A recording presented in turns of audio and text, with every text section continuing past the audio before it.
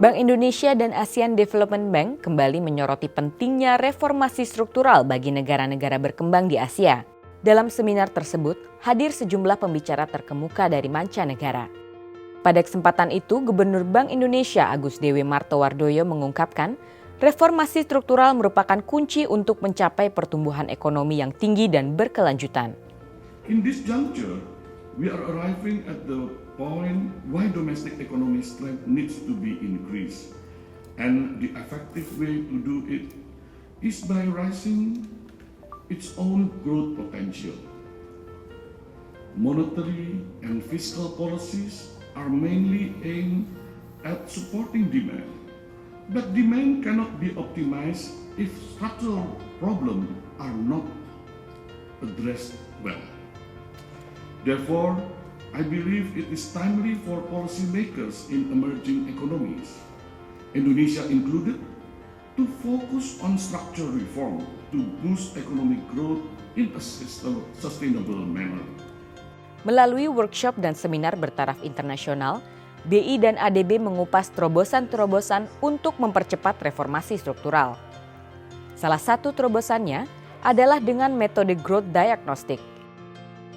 Di beberapa negara dan organisasi internasional termasuk IMF dan World Bank, metode growth diagnostic telah menjadi kunci sarana dalam memformulasikan strategi pembangunan dan reformasi struktural.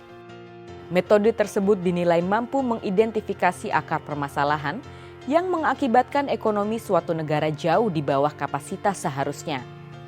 Kalau structural reform memang di semua area perlu dilakukan. Yang paling utama adalah investasi dan infrastruktur. Itu sangat penting. Dan itu didukung juga dengan hasil grup diagnostik kita yang di seluruh wilayah Indonesia, baik nasional maupun wilayah, masalah kendala infrastruktur itu menjadi salah satu yang kita sebut most binding constraint yang mendorong investasi swasta dan pertumbuhan ekonomi. Makanya percepatan pembangunan infrastruktur itu akan sangat penting karena tidak hanya meningkatkan modal tapi juga biaya distribusi, efisiensi dan segala macam. Still economy is coming. You like it or not, kita harus menjadi bagian dari itu ya. Karena itu kita harus facilitate, ya kan? Open up, ya kan. Awal-awalnya memang kita akan depend on skill dari outside awalnya. Tapi itulah bagian awal dari untuk membangun industri itu, gitu kan. Begitu itu masuk dan menjadi growth industry, orang-orang kita akan tertarik.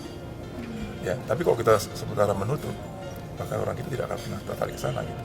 Tapi it is coming. Ya, jadi itu ini akan menjadi bagian dari revolusi pertumbuhan di urban sector ke depan. BI bersama ADB telah melakukan kajian growth diagnostik di 24 provinsi Indonesia. Kajian tersebut dirangkum dalam buku berjudul Growth Diagnostic. Diharapkan adanya kajian tersebut dapat memberikan masukan baik kepada pemerintah pusat maupun pemerintah daerah untuk menyusun strategi pembangunan di seluruh wilayah Indonesia.